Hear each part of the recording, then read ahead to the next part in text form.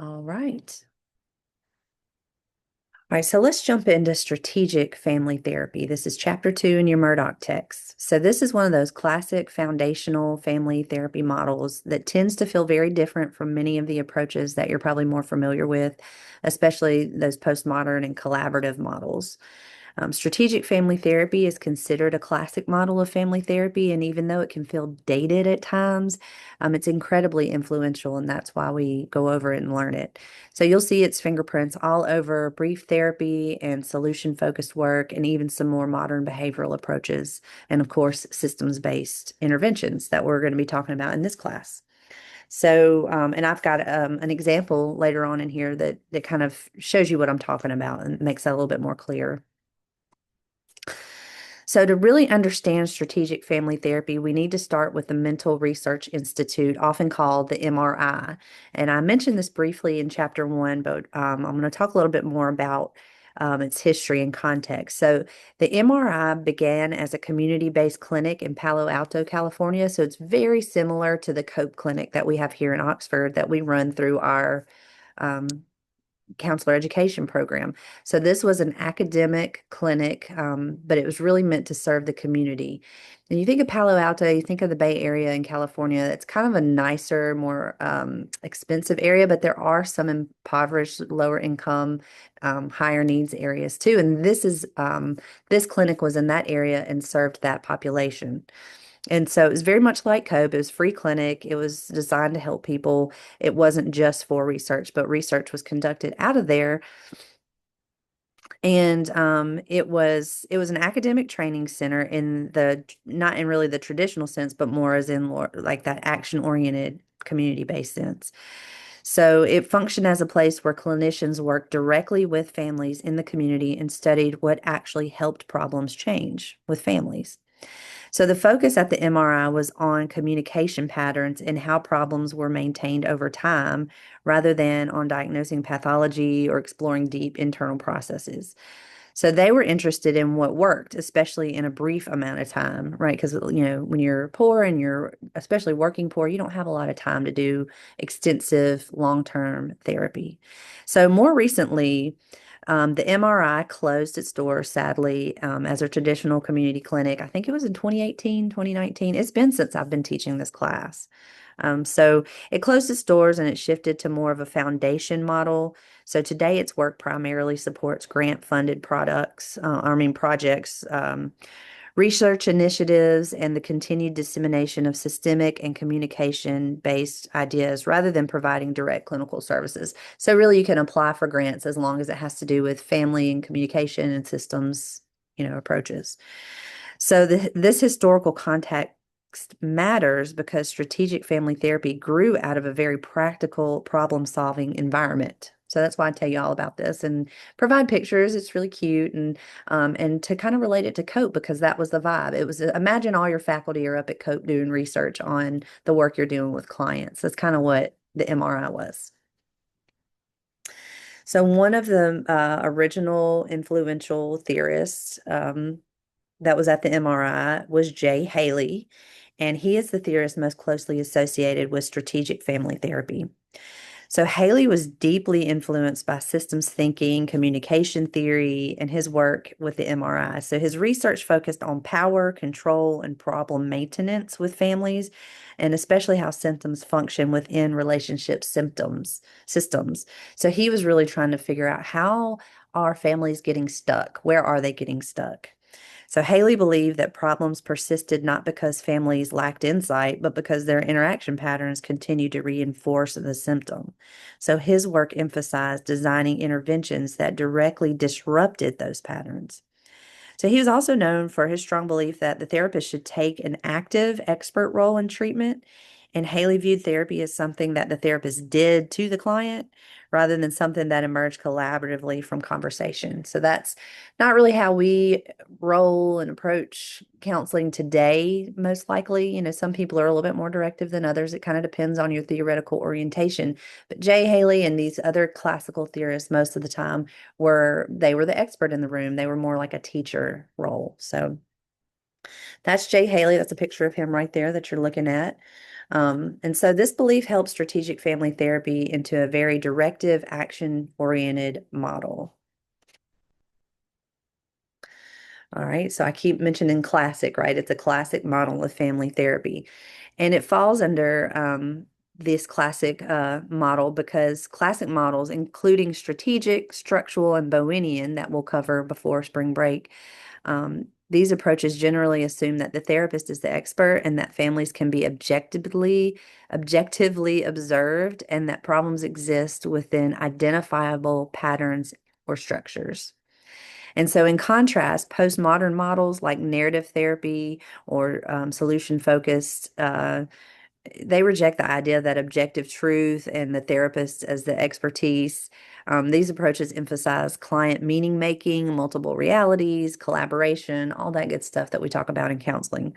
But all those postmodern or collaborative theories pull from more classic theories. And so, again, that's why it's important to learn these theories. It kind of laid the groundwork for that.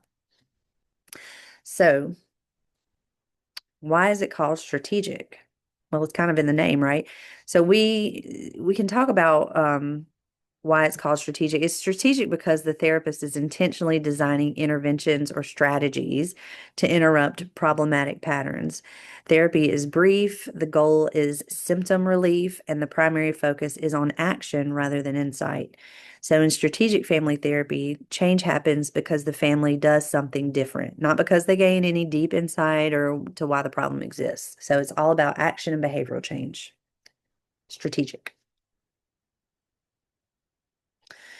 All right, so let's look at some of these core concepts. Before we go any deeper, this is a good place to zoom out and name the three core concepts that strategic family therapy is built on. So, we've got communication, interaction patterns, and hierarchies. So, strategic therapists are less interested in individual personalities or internal experience and much more focused on what happens between people in relationship.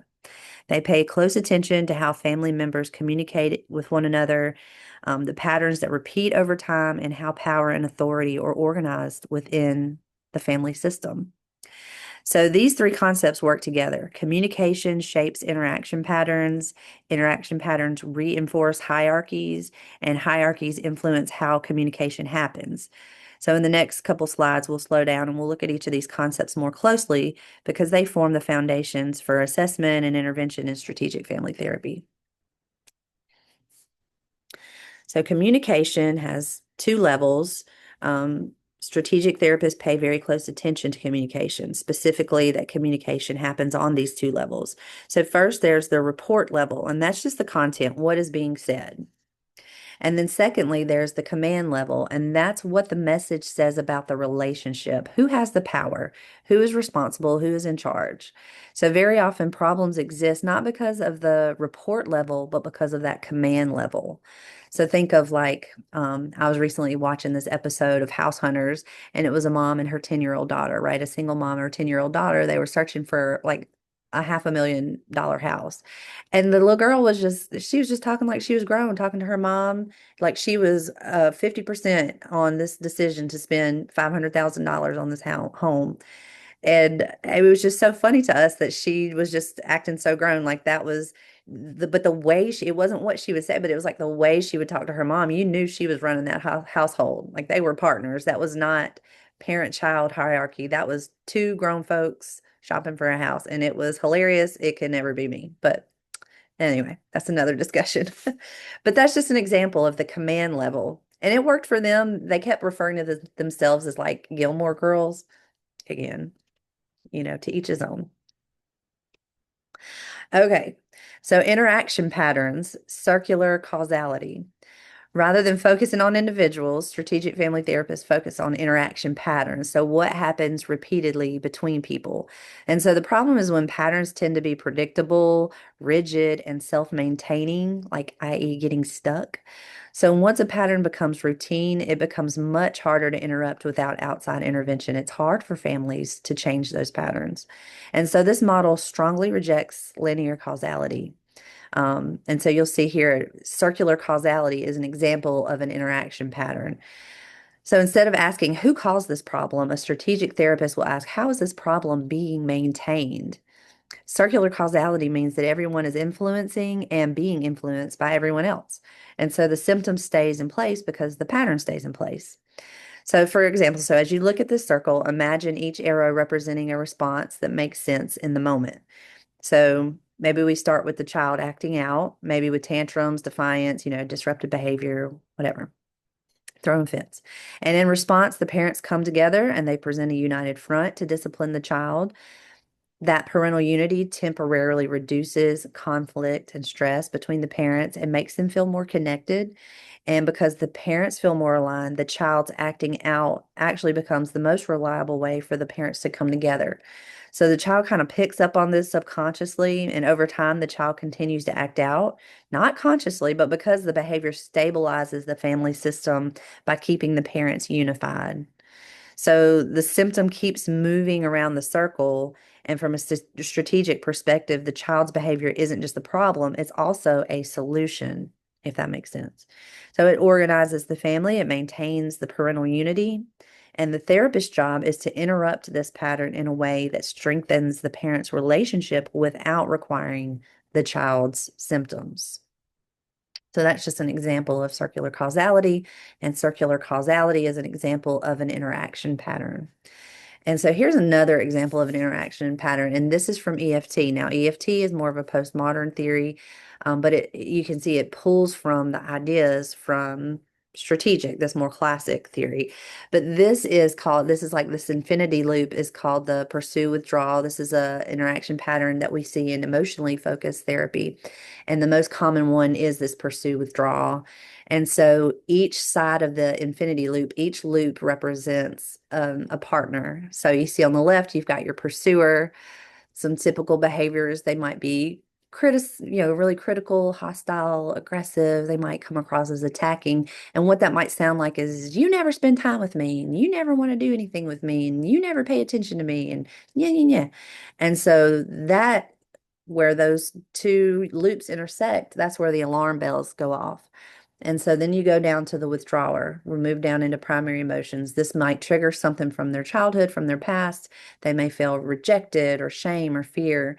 Um, and they come up into secondary emotions, and that might look like anger or resentment or frustration. And a withdrawer, their behaviors are also their protective moves. They're going to tend to want to shut down, get quiet, maybe even leave, walk away. And that, as you can imagine, is just going to trigger the pursuer even more. And so they're going to feel isolated, maybe abandoned, unwanted, and that's going to get them hyped up into maybe anger and jealousy or frustration, any of those secondary emotions that they're going to actually express through their protective behaviors, which they might criticize even more. They might yell even louder. They might come at the withdrawer even more, which is going to, push them further away. And the withdrawer's going to further, the more the withdrawer withdraws, the more the pursuer pursues. And that's an interaction pattern that we focus on in EFT. And so it kind of helps organize what's happening in the relationship. So this is just a way that a postmodern theory pulls from a classic theory. All right, so moving on from interaction patterns to hierarchies. A hierarchy is a central concept in strategic family therapy, and typically the task is to get parents back in charge at the top of the hierarchy without becoming tyrannical, right? So problems often arise when generational boundaries are crossed, such as when children run the household, right? Like that episode of House Hunters I was telling you about, or when parents become emotionally dependent on children. You may have heard the term a parentified child when they're taking care of their parents, and that's really just too big of a responsibility for a child, and that causes problems. So you want to get that pecking order where the parents are running things and taking care of things, and the child just gets to be a child. All right. So theory of development. Okay, so this is very similar to what I talked about in chapter 1. You can see this image here. The family life cycle is the exact same one that I had, I believe. Yeah, it's the same one that I had in chapter 1. But they kind of word it a little bit differently. But they do, strategic therapists also pay attention to family development across the life cycle. So theirs starts with courtship and then early marriage, and then into childbirth, and then to middle marriage, and then launching children, and then later life. So, very similar to what we discussed in chapter one, where you're leaving home, and then you're in marriage, and then you're a family with young children, then you have adolescence, then you're launching those children, and then you're later in life. Very similar ideas. So, development.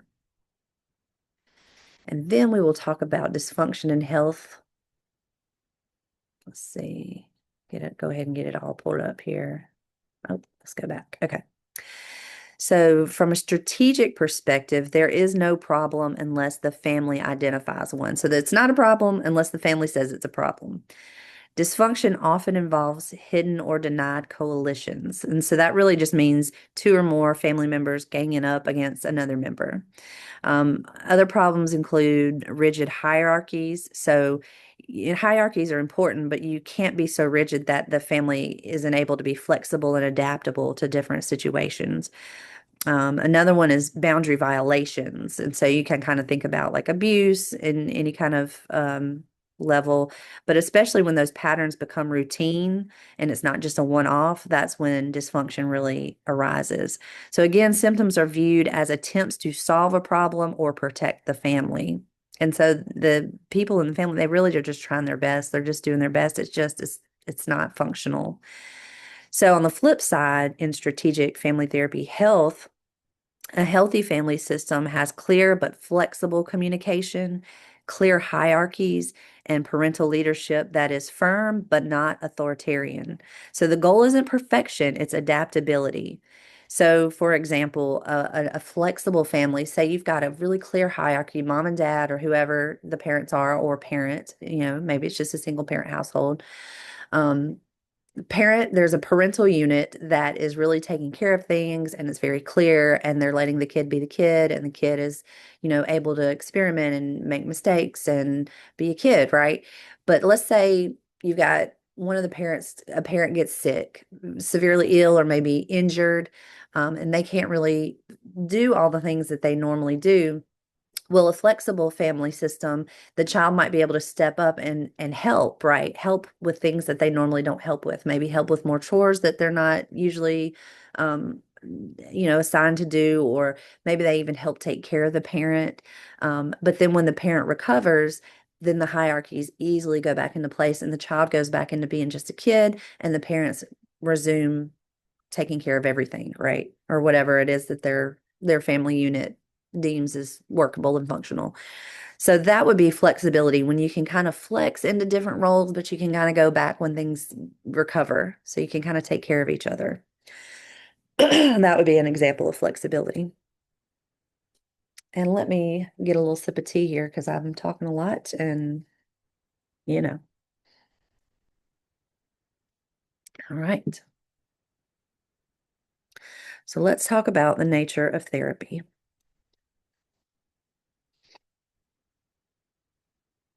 So there's not really any formal assessments in strategic family therapy. Assessment really just happens from watching interactions and watching how the family responds to interventions. So the therapist provides structure, often sees the entire family, and remains flexible about when and where therapy happens. So you might think like home visits.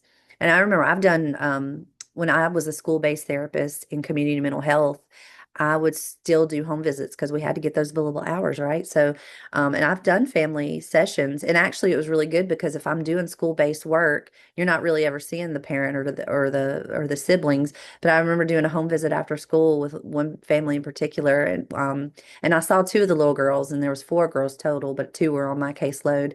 And I got to go, and they lived with their mom. She was a single mom, and they were really struggling. And we did a family session, and it really kind of helped them bond and bring them together, and kind of taught them how to play with each other and spend time together where they weren't just arguing all the time. And I mean, that was like 15 or more years ago. So I don't remember all the details, but I do remember that session in the home with that family in particular and just how good that felt. I think that's what I just really got energized about family work because it just can be so impactful. So, um, yeah, that's what I was talking about with the atmosphere. All right, so roles of the client and the counselor. The counselor is active, directive, and responsible for outcomes. This is very different from non-directive or client-led models, and the therapist designs the intervention and evaluates whether it works. So really the therapist decides whether or not therapy is working. That's kind of different. And so goals are observable, measurable, and behavioral based. I know we still kind of do that. That's still kind of how goals are. SMART goals, right? All right, so what does the first session look like? So the first session is usually highly structured. So first you've got the social phase, and that's just when you're kind of chit-chatting with everybody and just kind of getting settled into the room. Um, and you usually want to start with the least involved adult, because that communicates the message that you're involved in this too, right? You're not a passive participant here.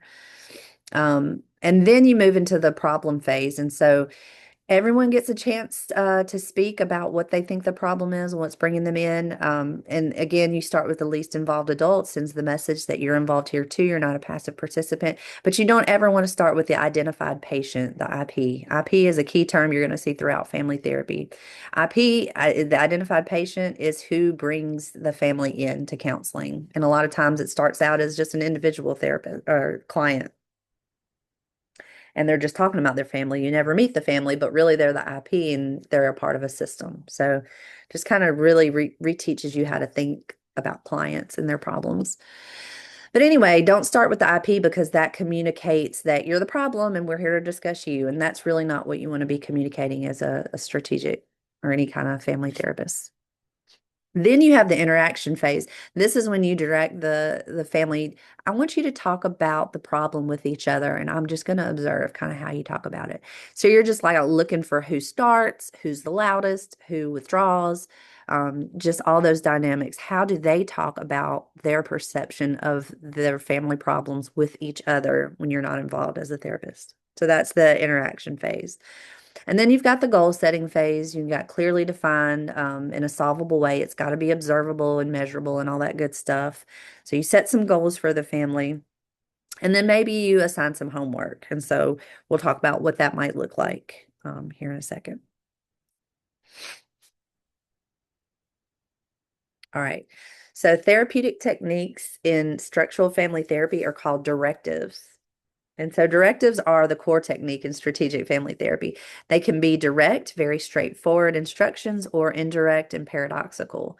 And so this is where things can start to feel kind of uncomfortable for students. It gets a little squishy, but so like a direct and straightforward example would be penance. And so I was raised Catholic. I don't know if any of you were, but penance, like we would go to reconciliation. We would go, confess our sins to the priest, and he would say, okay, go say 10 Hail Marys, and that was our penance. And so that's kind of the idea here is if you have a family, maybe a family member has, okay, so two siblings get into an argument. That's the behavior we want to change. So their penance would be, okay, every time you get in an argument, y'all have to do the dishes together or something like that. Or every time, Mary slams the door, she has to take out the trash for that day or whatever the penance is. And then you pair it and, it's not necessarily punishment, but it's just kind of something that you have to do to make up for the behavior we're trying to extinguish here. So it's very behavioral, right?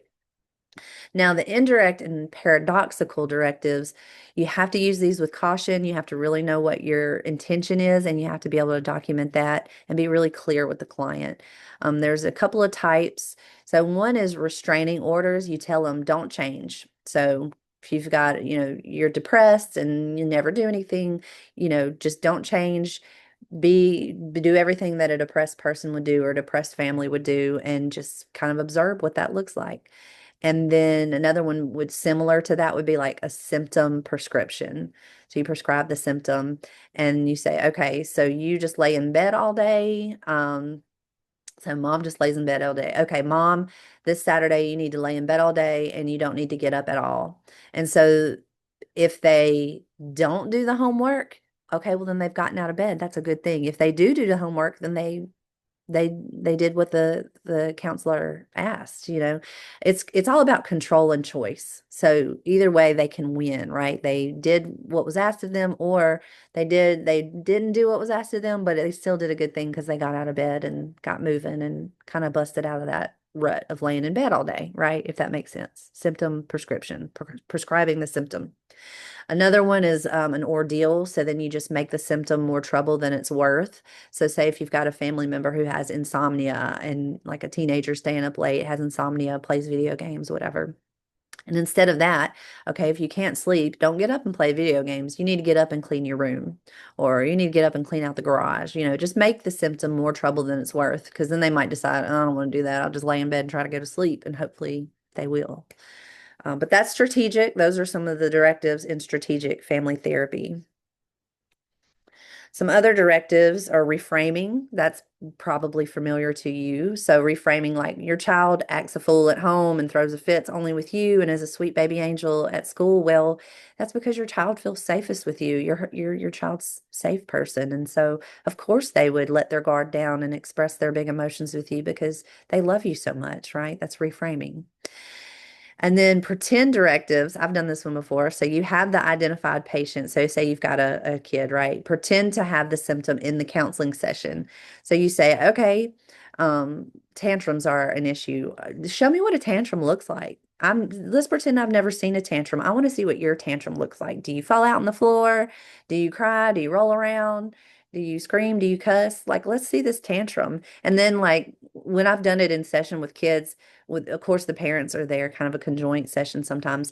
It's kind of funny, and so then the child kind of sees it as a little bit silly, and it kind of diffuses it. And so anyway, that's just some kind of like, it's kind of unique to strategic family therapy, those kind of directives. All right, so let's look at evaluation and critiques of this theory. Strategic family therapy has been highly influential, but it's also received significant criticism over time. And one major concern is the ethical use of power. So, because the therapist is positioned as the expert and takes responsibility for outcomes, there is a risk of the therapist exerting too much control over the family system. So, some of the techniques, especially those paradoxical directives I just discussed in the previous slide, they've been questioned on ethical grounds, particularly when clients are not fully aware of the therapist's intent. And that's why I say use it with caution. Be really clear on what you're trying to do, and document that. So another critique is that the model can feel overly simplistic or mechanical, and by focusing almost exclusively on behavior change and symptom relief, strategic family therapy may overlook emotional experience and meaning making and long-term relational growth. And so there are also concerns that the emphasis on hierarchy can reinforce traditional power structures, including patriarchy, and that's especially if applied without cultural humility or flexibility. So those things are, really important to the values of counseling, kind of the spirit of counseling. So those are some of the criticism. You've probably already kind of formulated those ideas as we've talked about it. I mean, it kind of makes sense, but again, it has its place. A lot of the newer therapies pull from this. So that's why we learn it. And those are some of the critiques. And now let's talk about issues of diversity. So it's important to understand the cultural context in which strategic family therapy was developed. Again, I mean, it was in those poor areas of Palo Alto. Jay Haley's work was largely based on his experience working with the poor inner city families in that area. So, because of this, the model emphasized practical solutions and concrete advice and action-oriented change rather than insight or emotional exploration and long-term, overly involved therapy. And so, Haley believed therapy should be efficient and focused on the present problem and guided by a therapist who is active, and curiously concerned. So, active and curious, which I think are good things. And so he also emphasized including the family's social network when relevant and providing clear direction rather than open-ended discussion.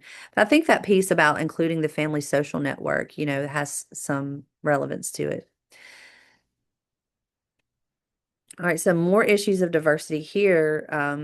Strategic family therapy does not include some culturally responsive elements, such as encouraging therapists to use aspects of the client's belief system and, when appropriate, to collaborate with indigenous healers or community resources. So it does do that. I think I said it does not do that. It does do that. It, encourages using the social network, like I mentioned earlier. However, Haley also argued that paying too much attention to cultural differences could distract from solving the immediate problem and make therapy inefficient. So, that position does not really align with the counseling profession's current stance on multicultural competence and social justice. So, from a modern counseling perspective, culture is not a distraction from the problem. It's really central to understanding how problems develop, how power operates, and how interventions are experienced. So while strategic family therapy remains historically important, of course, contemporary counselors must apply its techniques thoughtfully, ethically, and through a multicultural and social justice informed lens. So, you got to just take what works and leave the rest. All right, so the last slide I have here to discuss is This Is Us. And so in episode 2 of This Is Us, what's especially useful from a strategic perspective is that we can see the Pearsons family at 2 points in time, right? So when the big three are children, and then again as present day adults. So I hope you're enjoying the show. I really do. It's pretty wholesome. So, from a strategic family therapy lens, we're less interested in individual personality traits and we're more focused on patterns that repeat over time. So, this is a really great episode for that because we're looking at from the 80s to, present day. So in the flashback scenes, we see Jack and Rebecca under significant stress as parents. Each child begins to occupy a predictable role in the family system. Kevin seeks attention. Kate struggles with food and self-worth. Randall carries all that anxiety and that responsibility. And so when one child's distress becomes visible to the parents respond really quickly and intensely. And so they often unite around managing the child's behavior or emotional state. So, from a strategic perspective, these responses make sense, but they also begin to organize the family around symptoms. And the children's struggle to help structural, they struggle, the kids' struggles help structure parental attention, roles, and hierarchy, right? And those are those key concepts of strategic family therapy. So in the present day timeline, we see those same patterns playing out in different forms. Kevin continues to externalize distress. Kate struggles with her self-regulation and body image, and Randall manages anxiety through control and over-functioning. And so the symptoms look different, but the relational functions are strikingly similar. So a strategic therapist would note that the system has remained remarkably stable over time, and the original interaction patterns, how distress is expressed, and how others respond, and how the family reorganizes around symptoms, that's really been carried forward into adulthood, even with the loss. Well, you don't know this yet, but they lost their dad. So rather than asking why each sibling struggles the way they do, a strategic therapist would ask, how have these symptoms continued to organize relationships and maintain family stability across time? So, from this lens, the symptoms are not simply individual problems. They are part of a long-standing system that has found familiar ways to adapt, and even when those adaptations, come at a cost. So, this is a pretty functional family, but it does highlight kind of how things kind of are stable over time without intervention, right? And how they kind of um, express distress and reorganize around that and the roles they play and things like that. So those are just some of my ideas. I really look forward to hearing what your ideas, kind of what comes up for you as you watch this episode of This Is Us and you think about strategic family therapy. So um, just a couple of reminders and to-dos before class. Make sure you read Murdoch Chapter 2 to go with this lecture, and then view This Is Us Episode 2 to go with this lecture. And we'll see you in class, and I look forward to talking with you about it. Thanks for listening.